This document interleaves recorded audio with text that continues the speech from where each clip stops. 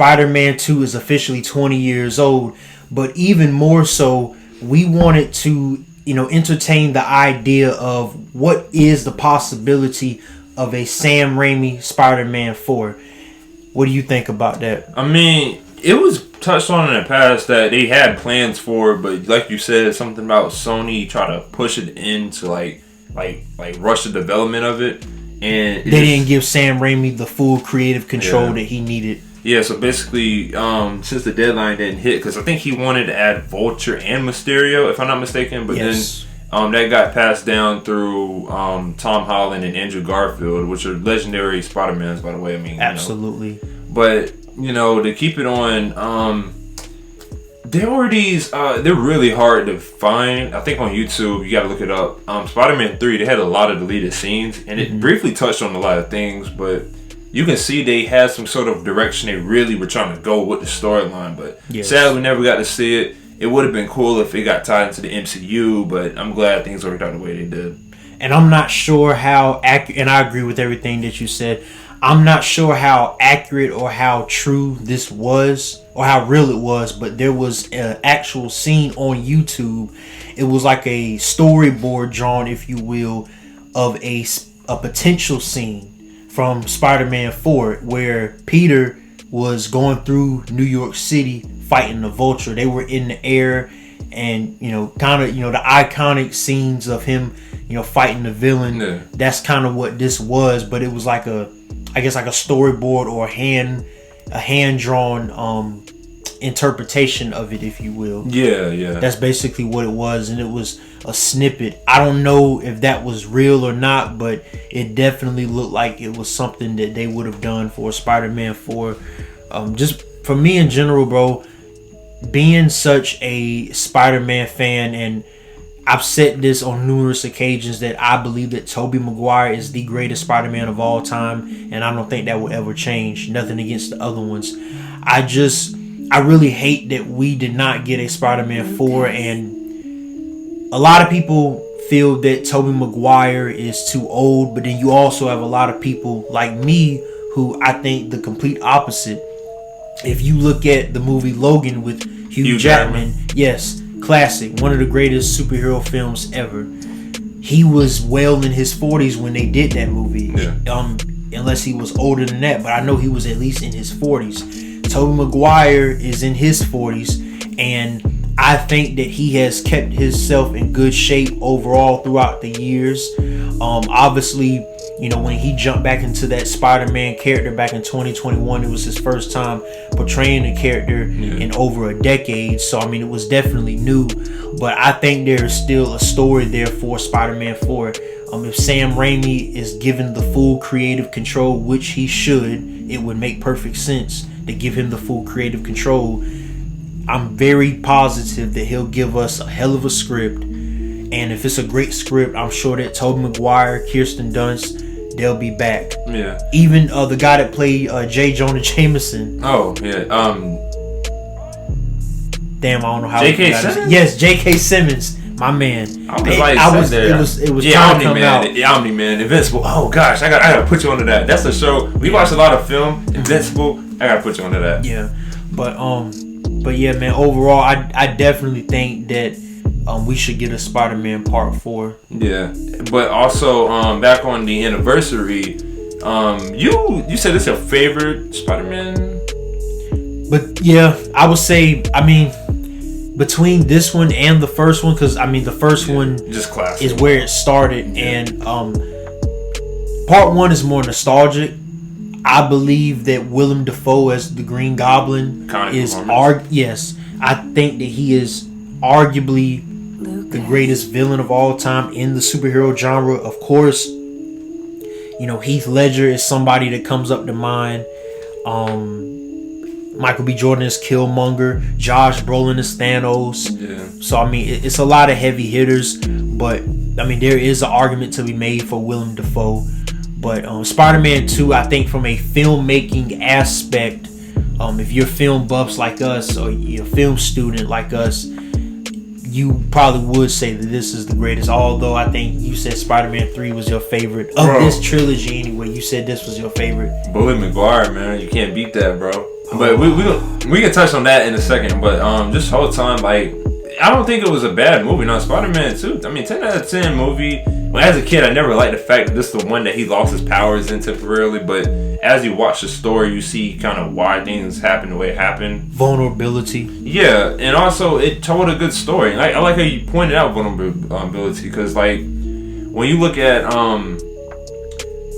heavily underrated Harvey. Dang, I forgot his real name in real life. The one who played Doc Ock. Alfred Molina. Yeah, Molina. Alfred Molina. I don't know why I thought Harvey. I like how he carried himself as a villain. Like, you know, he was a scientist, loses his wife, and then now he becomes a villain. He robs banks, gets money, builds more technology, tries to finish his science project. You can basically say he was a better villain than Green Goblin. Now, performance-wise, heavily debatable between him and William Dafoe.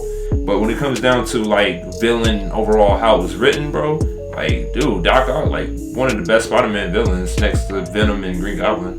Yeah, I agree. And not only do I think this is the greatest Spider-Man film, I think this is amongst the 5 greatest superhero films ever. I put Spider-Man 2 up there with The Dark Knight. I put it up there with Endgame, the first Avengers, Infinity War. I put Spider-Man 2 in that conversation without question. Yeah, and rightfully so. Like, you know, S-tier movie. Like, when you think of Toby Maguire's, like, Sam Raimi's trilogy, like, you can't talk bad about it in any sort of way. And it's weird because I never knew that people did not like Spider-Man 3 some years ago. Yes. But I guess Bully Maguire did actually kind of help it out in a way. But now everybody's starting to appreciate Spider-Man 3.